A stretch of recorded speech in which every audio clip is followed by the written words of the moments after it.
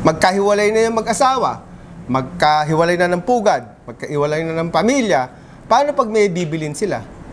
Oo, medyo mahirap din yan. Lalo na kung yung nakahiwalay, meron ng bagong partner. Partner, ano? Oo. Kasi pagka bumili, Ganon din, kailangan pa rin na magkasundo yung mag-asawa na nag-aaway na. No? Kailangan... kasi pag bumili sila ng property, ang presumption doon, conjugal yun. Oo, papasok pa rin ibig sa sabihin, kanilang kasal yun. Papasok ito doon sa magiging parang co-owner mo, yung asawa mo na hindi mo na masyado mahal. Oo. Ayan, so pag bumili ka ng halimbawa, 1 dosenang itlog, ano, yung 6 na itlog doon sa asawa mo. Oo, automatic. Automatic yun, kaya nga yung conjugal eh. Yun ang tingin ng batas ngayon, doon. bibili ka pa ba ng property kung yung 6 na itlog mapupunta sa asawa mo na muhing-muhi ka na? Hindi na.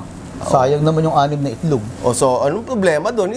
Yung hindi ka nakakabili ng property. Ano ang ginagawa ngayon ng mga ibang kababayan natin ay Namemeke ng dokumento. ang sinasabi nila ay Sila ay single. Ano? Oo. Ibig sabihin, talagang gagawa pa ng krimen itong mga to para makabili Oo, pinapatama ang mga dokumento. ng property. Para So, lang makabili. kahit hindi kasal sila, sasabihin nila sa mga dokumento, sila ay single.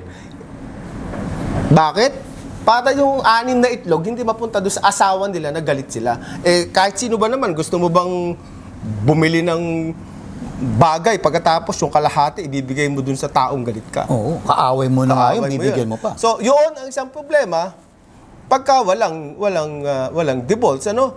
Yung magulo ang sitwasyon ng propriedad o yung property relationship ng dalawang tao na mag-asawa ay gumugulo, hindi makabili. At lalong gumugulo kapag nagsimula na silang magpatama o mameke ng mga dokumento. At mas lalo na kung patanda na sila ng patanda. Ayan, oo. Haba silang tumatanda, lalong gumugulo. So, halimbawa, may mga mamanahin yung lalaki na ari-arian. So, pagka lumanding sa kanya yung ari-arian na yun, makakahati na naman niya yung isang tao na wala na naman siyang interes. O yung kahit yung namatay niyang magulang, baka namuhi na din doon.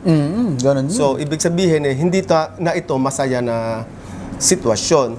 At kalimbawa din yung mga anak nila na magmamana,